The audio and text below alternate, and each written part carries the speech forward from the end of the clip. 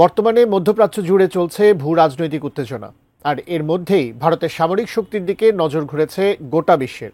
সম্প্রতি বৈশ্বিক সামরিক বিমান বাহিনীর সামগ্রিক শক্তি পরীক্ষার পর প্রমাণ হয়েছে যে এক্ষেত্রে চীনকে ছাড়িয়ে সবচেয়ে শক্তিশালী রাষ্ট্র এখন ভারত। এমনই সব অবাক করার তথ্য দিচ্ছে WDM এর প্রতিবেদন। এদিকে এই নিয়ে বিস্তারিত মত দিয়েছেন চীনা বিশেষজ্ঞরাও। ভারতের এমন সাফল্য নিয়ে প্রতিবেদন প্রকাশকে কিভাবে ব্যাখ্যা দিলেন তারা, এই নিয়ে বিস্তারিত জানাচ্ছেন লিমা সায়ন্তী।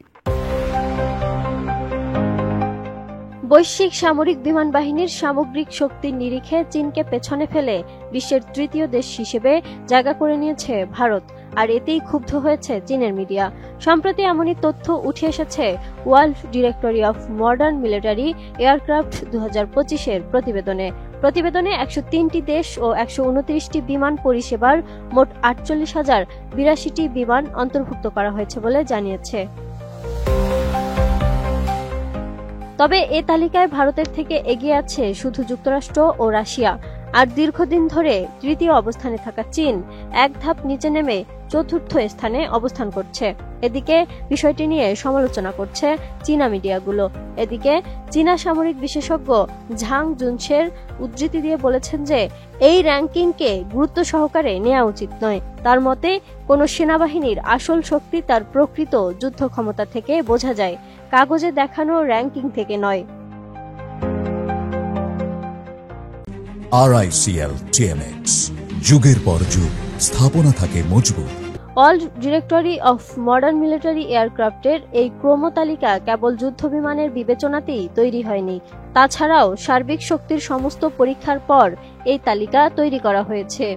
সংস্থাটির ট্রু ভ্যালু রেটিং অনুযায়ী ভারতের স্কোর এখন 69.4, এদিকে চীনের স্কোর 58.1। ওই প্রতিবেদনের তথ্য অনুযায়ী ভারতের কাছে এই মুহূর্তে রয়েছে 1,716টি সামরিক বিমান, যার মধ্যে 31%ই যুদ্ধ বিমান।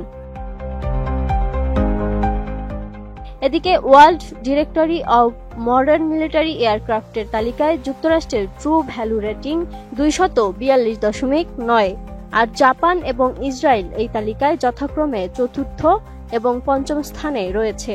এরপরেই চীনের অবস্থান হলেও তালিকার 14তম স্থানে জায়গা পেয়েছে ভারতের চিরবৈরী প্রতিবেশী রাষ্ট্র পাকিস্তান। তবে এই খবরের পর ইউরেশিয়ান টাইমসের মতো মিডিয়া ভারতকে সতর্কও করেছে।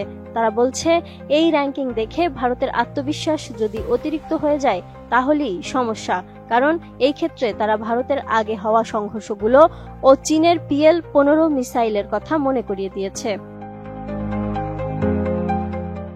তবে এই বিতর্কে একটা বিষয় খুবই স্পষ্ট, আর তা হলো কাগজের র্যাঙ্কিং আর বাস্তব পরিস্থিতির মধ্যে বেশ অনেকটাই তফাৎ রয়েছে।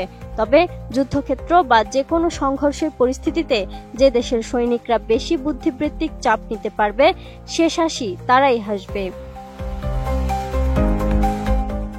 Lima Sayanti, ATN news.